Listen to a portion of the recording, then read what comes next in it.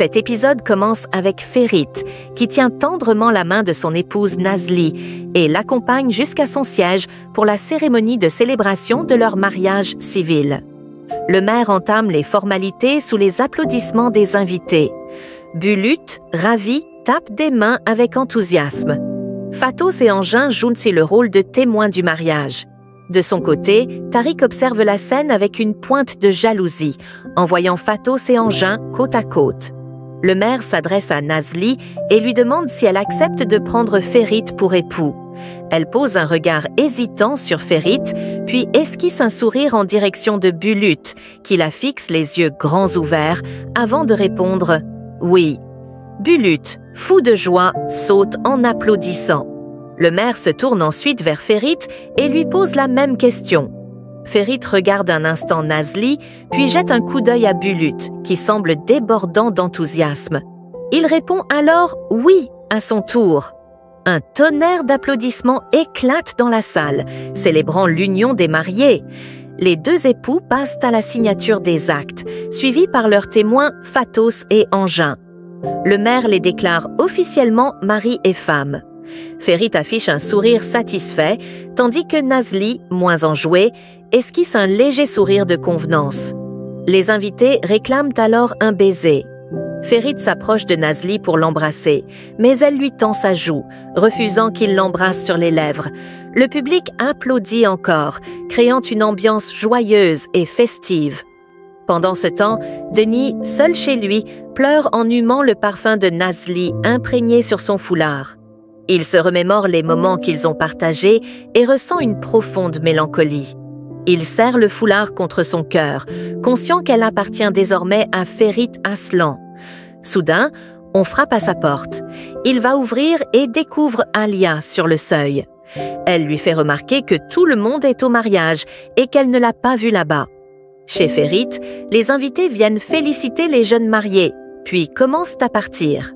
Phatos est heureuse pour son amie, mais elle ressent une certaine tristesse à l'idée de ne plus vivre sous le même toit qu'elle.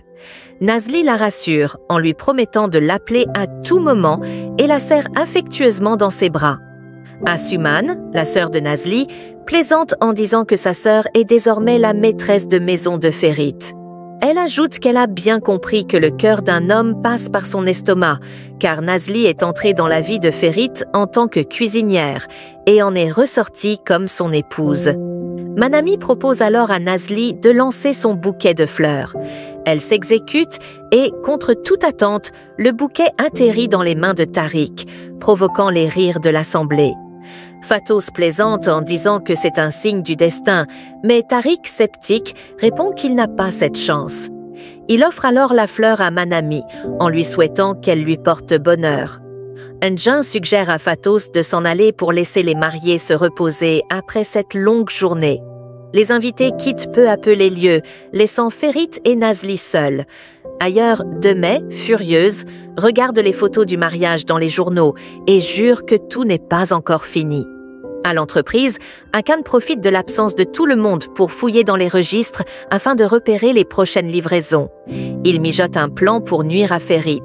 Chez Ferit, Bulut est ravi du mariage et se réjouit à l'idée de vivre avec eux. Ferit et Nazli lui promettent de tout faire pour que cela devienne possible. Le petit, heureux, les serre dans ses bras avant de partir avec Tariq. À peine Bulut parti, Nazli adopte une attitude distante avec Ferit. Sa robe se coince dans la porte et elle demande à Ferit quand ils divorceront. Ce dernier répond que cela ne devrait pas prendre trop de temps. Nazli lui affirme qu'elle ne l'aurait jamais épousé si ce n'était pour Bulut et qu'elle est prête à tout pour le bonheur du petit garçon. En voulant aller se changer, elle réalise que Ferit marche volontairement sur sa robe.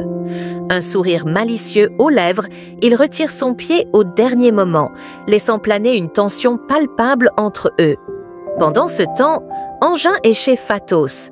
Il est encore sous l'émotion du mariage de Ferit et Nazli et, inspiré par cette union, il veut accélérer les préparatifs du leur. Il imagine déjà leur propre cérémonie, la fête, les invités et même les détails de leur vie de couple.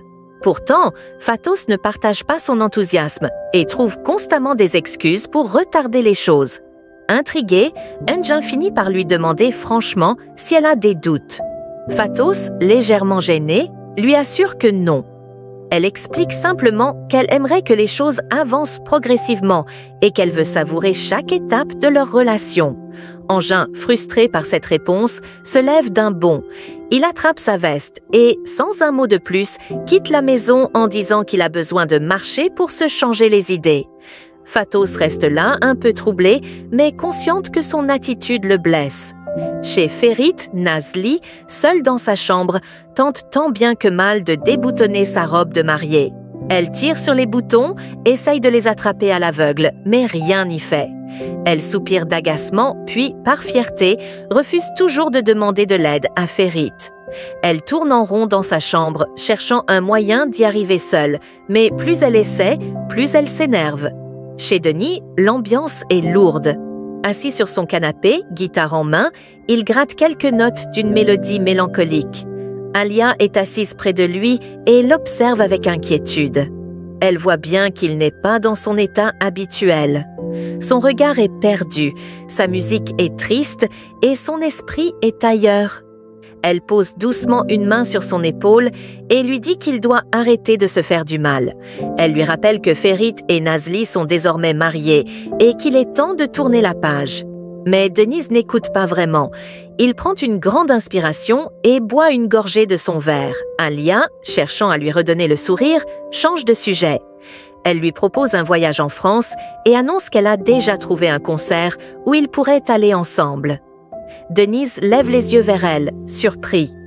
Il réfléchit un instant, puis, comme pour chasser son chagrin, il lui dit qu'ils partiront bientôt et qu'ils profiteront du voyage.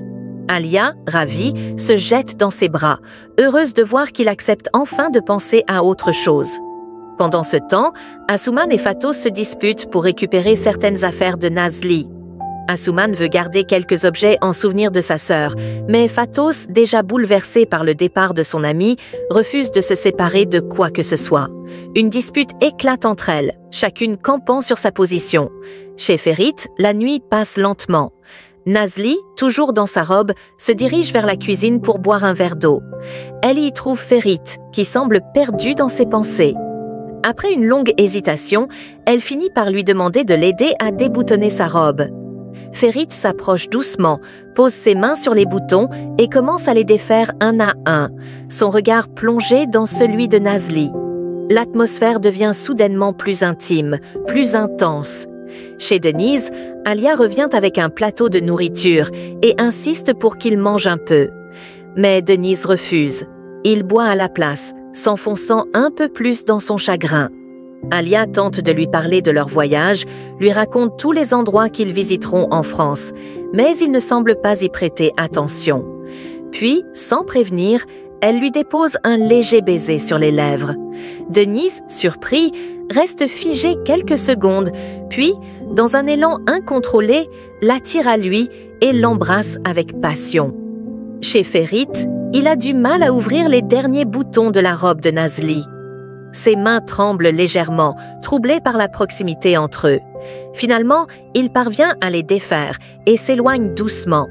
Nazli, visiblement déconcertée, murmure un simple « bonne nuit » avant de se réfugier dans sa chambre. De son côté, Demey, enfermé dans sa chambre, regarde les photos de Ferit, des larmes coulant sur ses joues.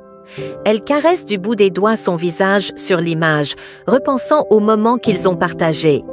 Soudain, Hakan entre. Paniquée, elle cache rapidement les photos sous son oreiller. Il remarque son trouble et lui demande pourquoi elle pleure. Elle prétend que c'est à cause de Bulut, expliquant qu'elle a peur de le perdre, car il est la seule chose qui lui rappelle son frère. Hakan la fixe un instant, cherchant à déceler la vérité derrière ses paroles, puis lui dit de ne pas se laisser abattre et de dormir. Dès qu'il sort de la pièce, Demet récupère ses photos et les serre contre elle, incapable de tourner la page. Chez Ferit, il frappe doucement à la porte de Nazli et lui tend un livre, lui expliquant que cela pourrait l'aider à passer le temps si elle ne trouve pas le sommeil. Nazli le remercie, touché par cette petite attention. Ferit retourne dans sa chambre, mais il n'arrive pas à dormir. Son esprit est rempli de pensées pour Nazli et il se tourne sans cesse dans son lit. De son côté, Nazli est allongée, le regard fixé sur le plafond. Elle pense à Ferit et à tout ce qui se passe entre eux. Le lendemain matin, Ferit se lève tôt et, instinctivement, se dirige vers la chambre de Nazli. Il hésite un instant devant la porte, se demandant si elle dort encore, puis se ravise et s'éloigne. Chez Denis, Alia, déjà réveillée, caresse doucement son visage endormi. Elle murmure que c'est agréable d'être près de lui et qu'elle aimerait que cela dure toujours. Après un moment, elle se lève et commence à préparer le petit déjeuner. Pendant ce temps, Ferit entre finalement dans la chambre de Nazli et découvre qu'elle a une forte fièvre. Inquiet, il touche son front brûlant et appelle immédiatement un médecin. Ce dernier lui conseille de la mouiller pour faire baisser sa température. Sans hésiter, Ferit la soulève délicatement et l'emmène de force sous la douche. Chez Denise, Alia lui sert son petit déjeuner et lui parle de leur voyage. Elle lui dit qu'ils iront acheter les billets aujourd'hui et lui montre la liste des endroits qu'ils visiteront. Elle est enthousiaste, mais Denis reste distant. Chez Ferit, il amène Nazli sous la douche et l'asperge d'eau froide, sans même lui retirer ses vêtements. Nazli frissonne et lui dit qu'elle a froid. Ferit, sans réfléchir, se rapproche et se mouille aussi. Leurs regards se croisent. Nazli, encore faible, s'agrippe à lui instinctivement. Ferit la serre alors contre lui, laissant le silence parler pour eux. Ils restent ainsi, immobiles, un instant suspendus entre tension et tendresse.